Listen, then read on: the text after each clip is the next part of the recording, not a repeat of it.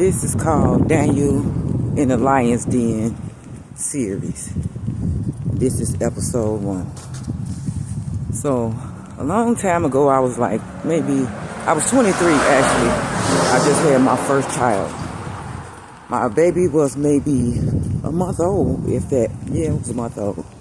So, my cousin and I, we decided to go to the store.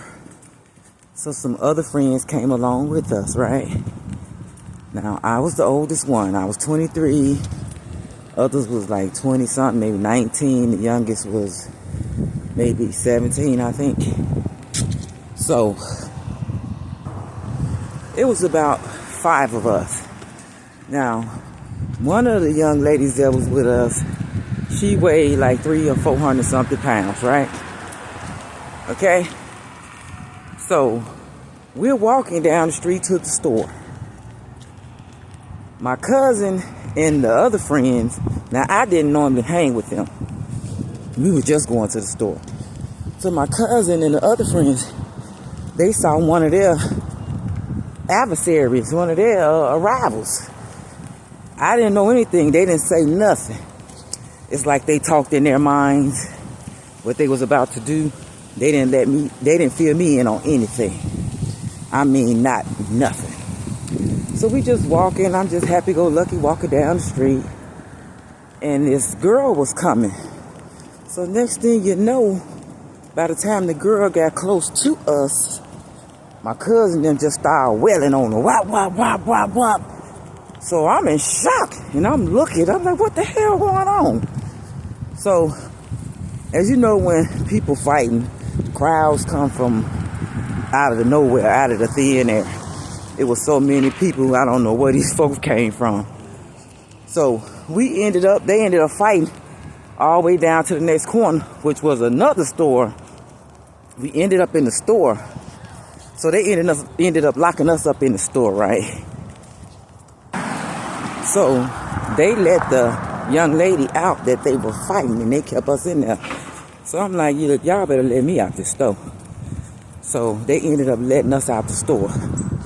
So eventually, my cousin and them caught back up with the girl. So they fighting her or whatever. So I'm like, you know what? I'm going to the crib. So I went away, and then I looked down the street.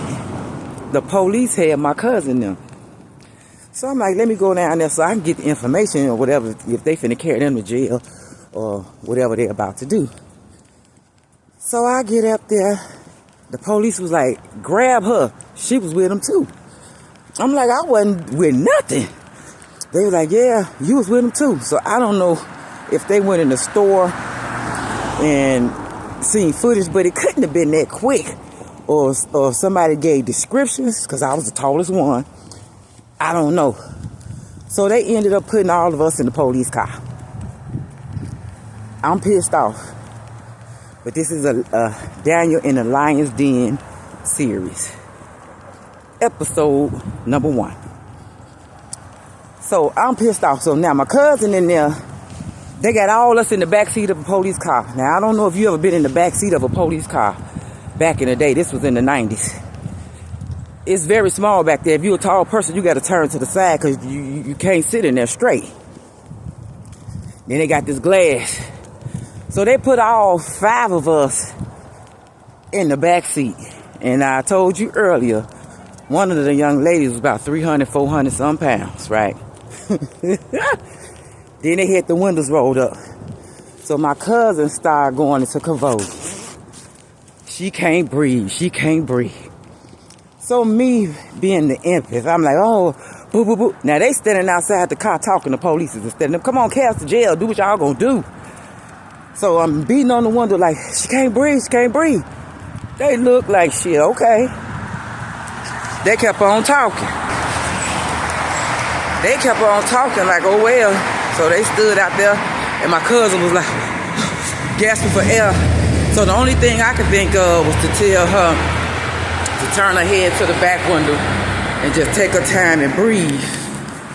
Like Eddie Murphy. What was that Eddie Murphy when they threw him in the bank vault and told him breathe like this?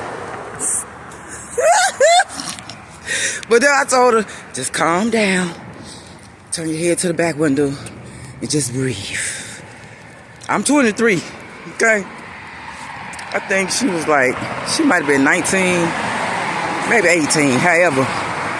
Only one was a minor. She was considered a minor, 17, which was my cousin and friend. And she's no longer with us today. She's passed on. So, not from that. But anyway, so they finally got in the car and decided to take us on to the police station. We had to spend the night in jail. Now, my sister was watching our children. And the phone was cut off in the house. So we went to jail. We can't call home and say we in jail. So my sister didn't know what happened, what was going on. But we spent the night in jail, right?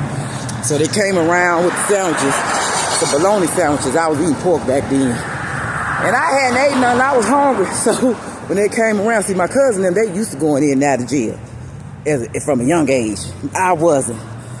So they came around with them sandwiches. I got my sandwich. I mean, it was a thick old piece of bologna. Like, it had gristle in it and everything. But I was eating around it and couldn't spit that part out. So my cousin them down there and said, I don't want that. So I'm like, hell, give it to me. So right now today, my cousin them always laugh about that, but they don't ever talk about the other part. They always talk about, we was in there, she wanted that sandwich. But anyway, so we go to court the next morning. Back then it was different. When you go to court, that's how some people probably used to get in there with them guns and was close enough to the people and they could do something to the people. See, now it's different. You know, they search you. You can't go in there with certain stuff. It's just totally different today. So, but back then, this is in the 90s, remind you. So we coming out, and it's our turn. So the mother of the youngest one that was with us, she came to get her last night. Because she was a minor, so they called the mother, and she was able to come get her. But we had to sit there because we was all grown.